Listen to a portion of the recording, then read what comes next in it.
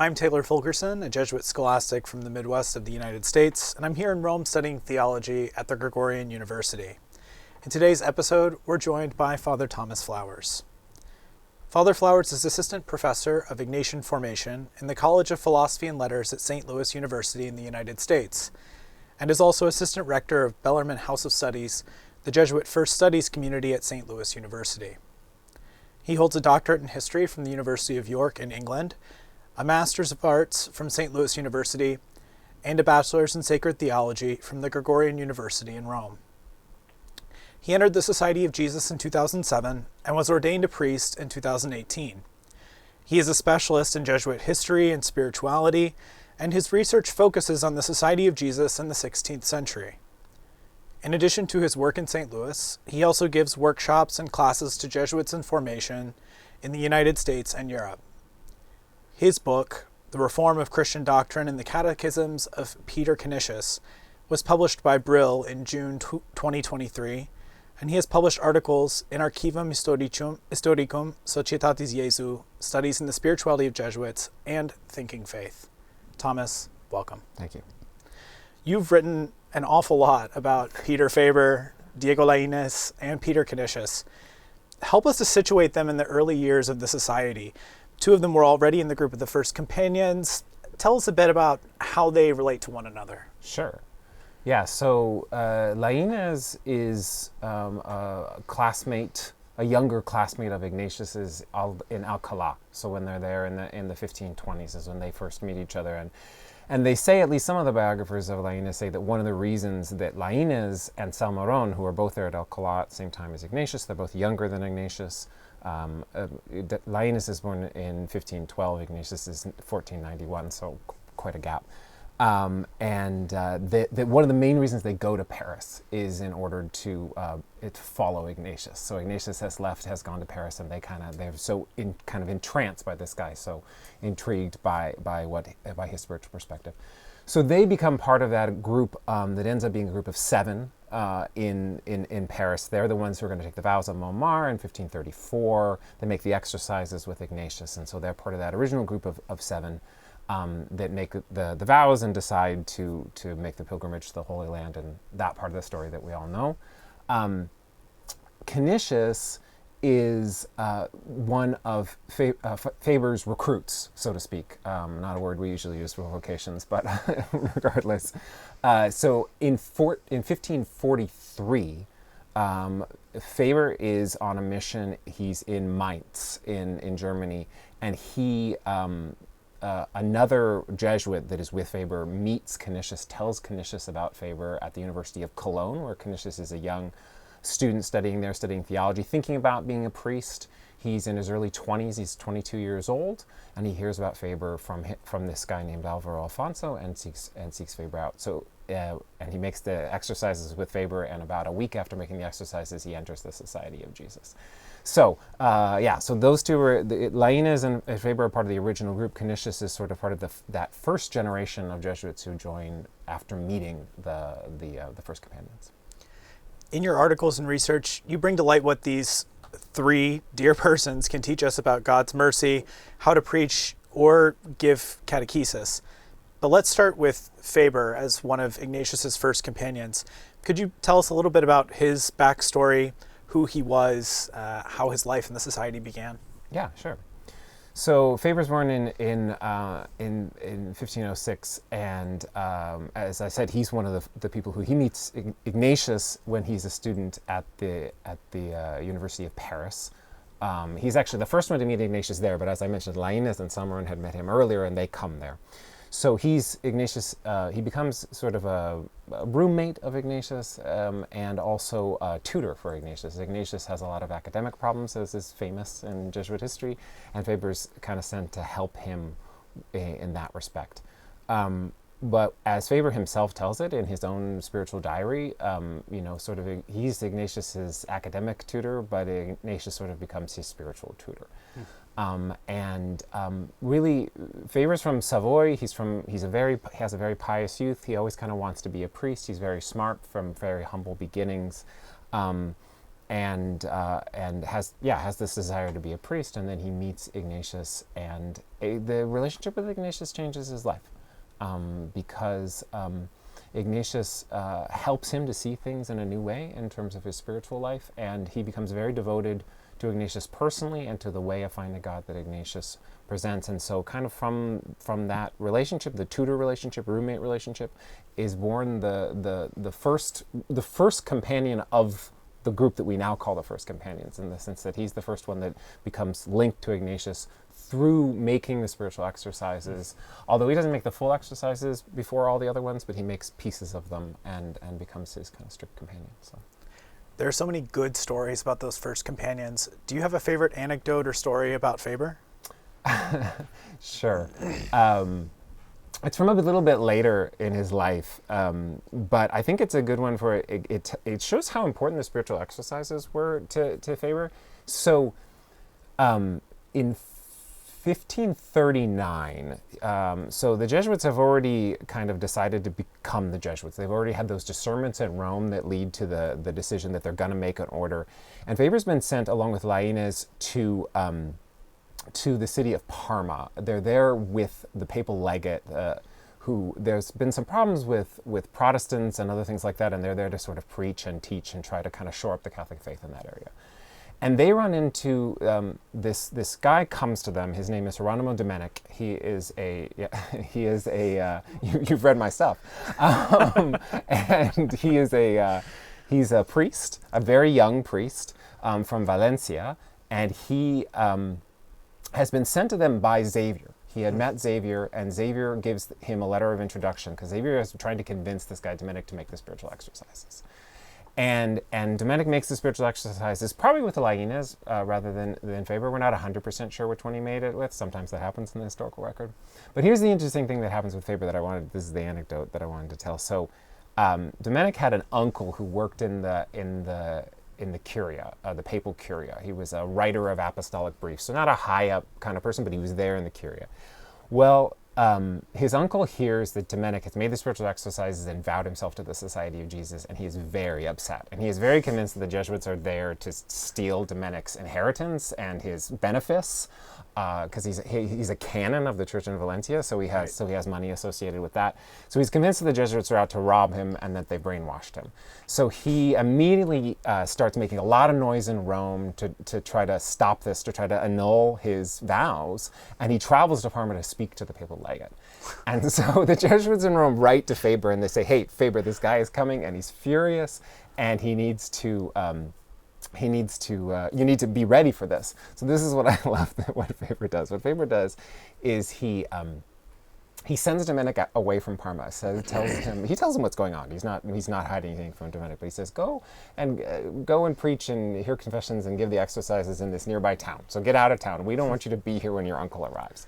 And then his uncle arrives, and Faber kind of very calmly explains to him, like, there's been no coercion, there's no problem. And he says, "Yeah, I just want to see my nephew." And he says, "I think the thing is, what you don't get is that you don't understand this is not a trick, the spiritual exercises. So here's my suggestion. Why don't you make the spiritual exercises? And then you'll understand this." And I just love this image of this irate uncle who's so convinced that he's been brainwashed. And Faber's response to this is to say, "Oh, I think you should make the spiritual exercises. I think this would be good for you." And through all this process, it's very disarming, I think. And eventually, it doesn't help the uncle's case that the papal legate loves the Jesuits. So he doesn't buy that they've brainwashed at all and any of those sorts of things. But eventually, nothing happens because the uncle does see his nephew. I keep saying the uncle because he has the same name, so it's confusing. He's also Hieronymo Domenic. And kind of nothing happens. But what I like about it, what I think, the reason, as I said, that I like this story is that it shows that Faber was absolutely convinced of the power of the spiritual exercises. And he had this kind of gentle way of presenting them, even to people who were somewhat hostile to it, and saying, like, this is something really good. This would be good for anyone. And he was absolutely convinced of this. And so that's, I mean, it's also just a funny story, but I like it for that. So when you speak about Faber's great trust in the spiritual exercises, this is clearly an important part of his spiritual life. Another important part of his spiritual life was dealing with scruples and how Ignatius helped him overcome those. Could you share with us a little bit about the role of scruples in Faber's spiritual development and how he wrote about that later? Yeah. So Faber was a really, as I mentioned, the main difference between his story and Ignatius's is that Faber was very pious his whole life, and we know that that's not Ignatius's story. But they have this similarity in their struggles with scruples, and that Faber in particular had the same struggle that Ignatius did with the concern that he hadn't confessed everything in confession. He was concerned about his sins himself, but he was also concerned about kind of the process of being forgiven for his sins, and he refers to his scruples as sort of the great occasion of God's mercy in his life, because it is through his scruples that it is because of his scruples that he opens himself up to Ignatius, because he's so racked by this, he's so paralyzed by this and by his sort of fear that he can never be good enough, that he can never do the great things that he wants to, that he's not going anywhere in his spiritual life. And Ignatius helps him to see his scruples for what they are through the spiritual exercises. First through giving individual exercises, teaching him the examination of conscience, teaching him other methods of prayer, and then eventually through the full exercises. And this is sort of opens Faber up to the freedom of the real Christian freedom through Ignatius. So scruples are this thing that unites the two of them, because they both understand how paralyzing this can be, but then it also is really kind of how both of them come to experience the mercy of God. So, and then I think that obviously that's the basis for him being a good confessor, because my way of saying it is that Faber was, when he was gripped by scruples, he was paralyzed looking at his own soul and kind of going over his own soul in detail and just, revolving these things and just caught up in himself. So he got to know his own soul really well in a negative way, but he learned to be very attentive. That attention that he negatively focused on himself, he learned how to positively focus on other people in confession. He understood all the different tricks of the evil spirit, all the different kind of ways that people could be paralyzed, and he wanted to bring mercy to other people. And so he sort of used this negative experience in his own life to help other people in the confessional. Perhaps one of his most unique annotations is that confession is a place for a sinner to feel good, to feel burdens lifted, to feel certain of Christ's gentle consolation. And that is why, so far as we can, we should never let a person leave us who would not willingly come back. Is there something in our spirituality today that puts us in a particularly good position to serve in that same ministry that was so important for Peter Faber? Yeah, certainly there is. I mean, I think that fundamentally, Faber understood confession as a ministry of consolation. The line that you quoted about we should not leave anyone, he's talking about confession specifically, and he's writing in a letter to another Jesuit kind of how to hear confessions. And he says, we shouldn't leave anyone at the end of the confession not being willing to come back, meaning they should be so consoled by this experience, so helped by this experience, so freed by this experience that they would want to come back to us to do it again. And I think that it's this notion that confession is it's not just a place of judgment. It's not just a place of sort of, okay, I've got my sins done and I'm good for the next little while till my next confession. No, this is a place of freedom, of transformation, and of consolation. And that kind of, Pope Francis talks a lot about, seeking consolation and the importance of that for us as Jesuits, that we should look for consolation. It's fundamental to who we are as Jesuits. And Faber understood that in the confessional, that's what we're after too. We're after looking at those negative things and turning them into occasions for grace. And so I think that's that sense of finding God in all things, that is to say, finding God even amid our sinfulness, finding God even in the mistakes and the sins that we have committed. That's something that I think that our formation can help us to do as confessors, which will then allow people to be joyful in the way that they come to us for confession, like Faber wanted. That's a beautiful dynamic, from being forgiven to aiding in that same ministry. Yeah. So how can we go deeper? Are there books with Faber's writings, any recommendations, especially for Jesuits in formation?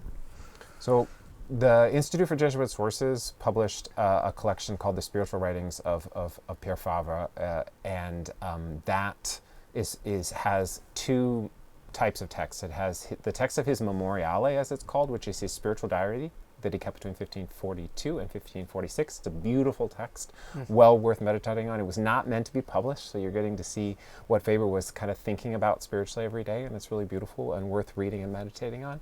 And then it has a series of his letters, including the text that I recommend to every Jesuit in theology, which is this text that I based this article about Faber's confessional advice on. Is he wrote a letter to a Jesuit named Cornelius Wischhaven about how to hear confessions, and it is absolutely still relevant for us today. And I think that any Jesuit who's going to hear confessions, any priest, any seminarian who's going to hear confessions, should read this text, because it is absolutely beautiful and helpful. Thanks so much for that. From Faber, let's pass over to Canisius. He's the one you've spent the most time studying, right? Yes, this is the dangerous one. This is the one I'll go on and on about. So just to get started, what was his relationship like with Faber? You've already said just a little bit about that.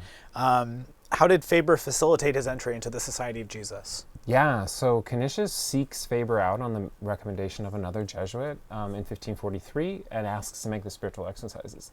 They both write later and immediately about each other in absolutely glowing terms. They both were so impressed with each other right from the beginning. Canisius makes the spiritual exercises, immediately takes vows as a Jesuit. There's no formation this time. There's no novitiates, anything like that. And they live together for a very brief period of time. This is 1543. This is May of 1543. But then Faber is always getting called somewhere, usually by some papal office, being asked to do something. So they end up not spending much time together after about a year.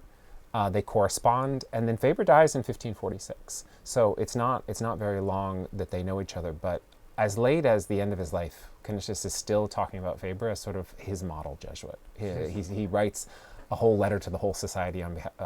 Father General Aquaviva asks him to talk about his Jesuit vocation, and he's still talking about how impressed he was with Faber and what Faber modeled about gentleness, spiritual accompaniment, all these sorts of things that he did in his life. So they were very close, their relationship.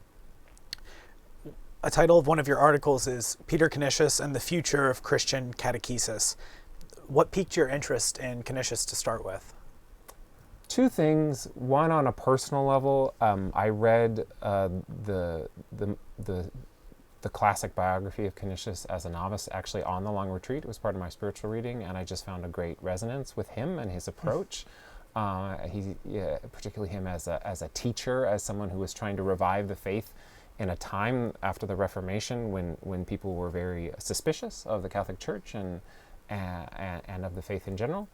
And then the second thing is when I was in Regency teaching high school at our high school in San Jose, California, I started thinking a lot in my religion classes about how to catechize, and this question of how do you reach people who are hostile to the faith, who don't have the language that you expect them to have. And I started asking the question, well, is there anyone in history who could help us to understand catechesis better? And Canisius wrote one of the most successful catechisms of all time. And so when I was asked to do my doctorate, I thought, well, maybe if I study Canisius's catechism, I could learn how to do catechesis better, and I could let Canisius teach people how to be better catechists. That's really interesting. Let's talk a little bit about his time in Germany. When he was first sent there, things weren't going well? Right. So Canisius was in Messina in 1548. He's on the founding faculty of the College of Messina, and the letters he writes from Messina, this is the kind of the first Jesuit high school, sort of,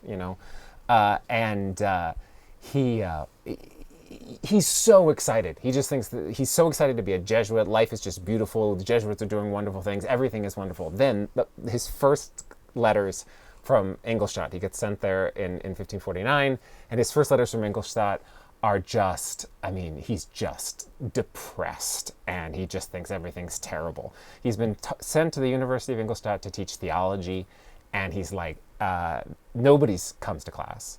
The people who do come to class don't like the way that we teach theology. They're all suspicious of the fact that we teach like scholastic theologians, and they've been influenced by Luther. They're all reading heretical books. We have a few people who come to our church, but the diocesan priest here doesn't like the fact that people come to our church because we're stealing his flock, so he's angry at us. And he's just going on and on about he's just absolutely depressed. And he says, this isn't working.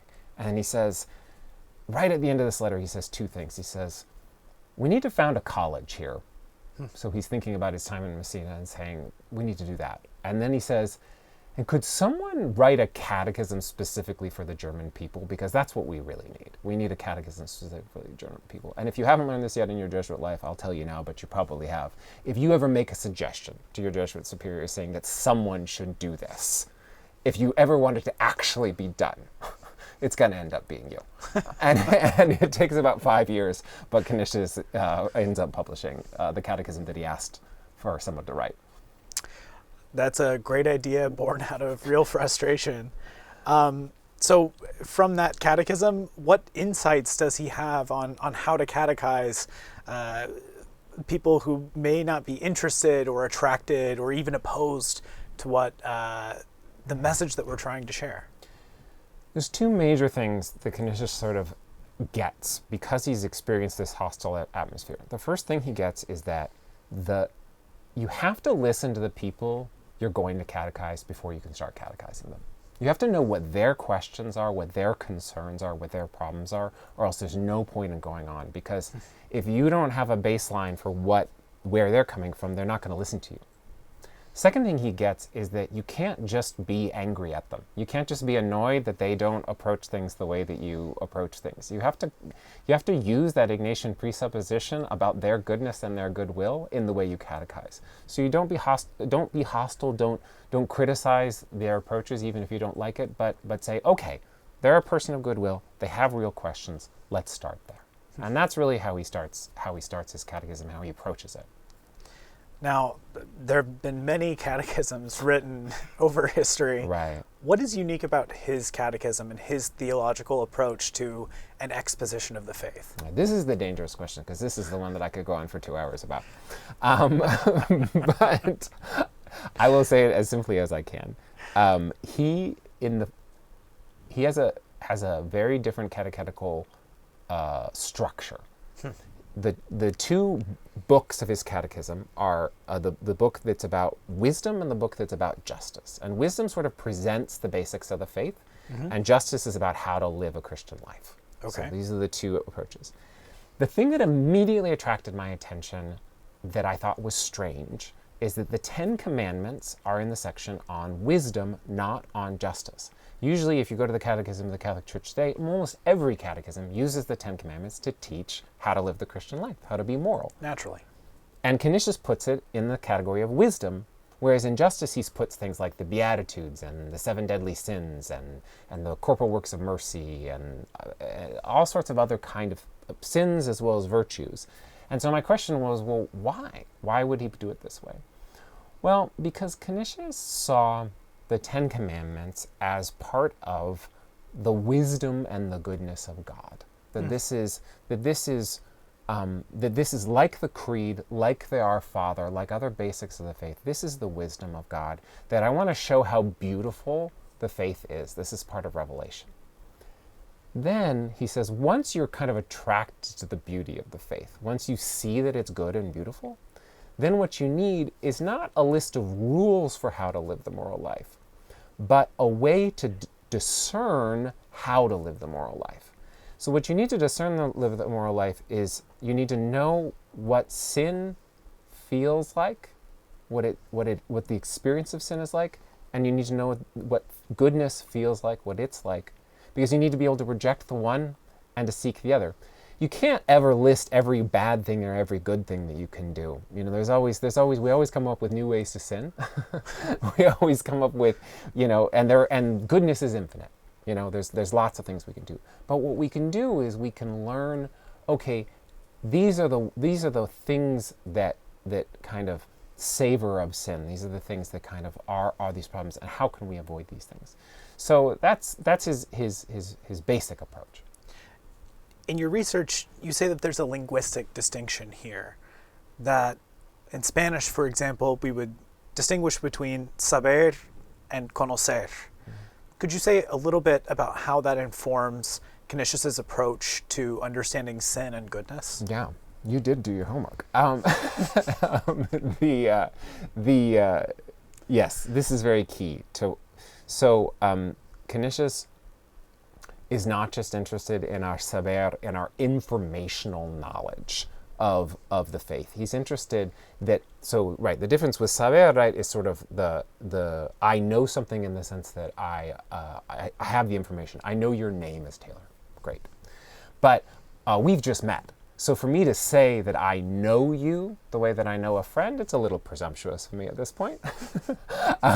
So that's conocer. That's to say that I know a person, not just that I know your name, but that I actually know you. Canisius is saying, and he's using this, interestingly enough, this is based in the spiritual exercises and the experience that he made, the exercises with Faber, who emphasized conocimiento, who emphasized the conocer sense of knowing sin and knowing goodness and knowing Christ. And Canisius picks up on this and he takes this into the catechism, and he says, what we need is to have a conocer knowledge of sin so that we recognize it. And we need to have that same kind of knowledge of goodness so that we recognize it. So that then when a new situation comes up, when we're in a different era of our lives or era of history, we can still recognize where's God and where is the evil spirit at work. Now, a classical format for catechisms is question and answer. Bellarmine organizes his catechism that way. The Baltimore Catechism in the United States is organized that way. Does Canisius follow that pattern? He does. He does a question and answer format. The one nuance for Canisius is that usually the question and answer format is designed sort of like the questions are the questions the teacher would ask, and the answers are the answers the student would give. So like, in other words, you ask me who is God, and I say, etc. I don't say etc. That's not my actual answer, but Canisius, the questions are the questions of the student. So he flips it on its head. Flips it on its head. Of the student to the teacher. So the idea is, these are the questions that Canisius genuinely thought people might have. So the first question of his catechism, for example, instead of who made the world, which is the first catechism question in the Baltimore Catechism, and the answer is God, in case you were wondering. You probably knew that one. Probably. I did. Oh, good. But the first question in Canisius' catechism is, who can be called a Christian? Which might seem to us, why is that a question for a catechism? Well, it's Canisius listening to the people of his time, because this is the big Reformation question. Are Protestants Christians? Does this count? What does it mean? All these divisions, what do they mean? And so he's trying to meet people where they are with, okay, so how do we define this term? It's a question that people would actually ask at this time. So looking at that pedagogical innovation of Canisius and his catechism, how is that relevant today? How should that inform our approach to catechizing here and now in the 21st century? I mean, I think the thing is, again, it goes back to that first insight of Canisius, which is let's try to start with the questions people actually have. People don't have the same questions today that they did in the 16th century, and people in California don't have the same questions that people have in Missouri. They don't have the same questions that people have in South Africa or in India. The context matters enormously, both our time and our place. And we have to listen for what the questions are, not because we want to stay there. So like a lot of students at a typical American high school these days have questions that they get from the media about like Catholic sexual morality. And that's not where any of us want to start teaching the faith, because that's not for us. That's a consequence of what we believe. That's not why we believe. We want to introduce them to Jesus Christ. But if that's their question, we need to figure out a way to get from that question to what we want to share, rather than trying to start with a question they don't have. If we start by saying, who is Jesus Christ, and they want to know why the Catholic Church teaches X or Y about, abortion or contraception or something, controversial, well, we need to see, well, maybe can we start there and get where we want to go? Can we listen to them rather than telling them, no, that's not the question. So most of us won't end up writing catechisms, but most Jesuits will teach at some point. Any suggestions on resources to help prepare for that experience? I mean, I think my article, don't you think? It's a great place to start. There you go. I mean, obviously, I did write that article with the intention, the article that I wrote in Studies in Spirituality of Jesuits that you mentioned is the intention of kind of delivering Peter Canisius's wisdom about catechesis as a format for thinking about how to teach catechesis, not for writing a catechism, but how to teach it. And so in that respect, I'm trying to make Canisius accessible because he's not very accessible, especially not to people who only speak English. Most things in Canisius are in Latin or German. There's very little accessible. I wouldn't say his catechism itself is necessarily that accessible, even though there are some English versions of it, just because it's of its time and place. It's more his method. But I would say, in general, thinking about those kind of questions, who am I teaching? What are they worried about? And how can I reach them? These are the basic questions. And I think the other thing to ask is, what is it that makes the wisdom of God beautiful to me? And how is it that I approach complicated moral questions, so that I can then share what I think is beautiful and true about God, and I can share how I do these things so that I'm actually witnessing these things. I think that my own personal experience and then the experience of the people I'm teaching, I think this is where we should start with catechesis. Thank you so much for sharing Faber and Canisius and their legacies with us. It's been a real pleasure talking about these things. Oh, yeah, my pleasure.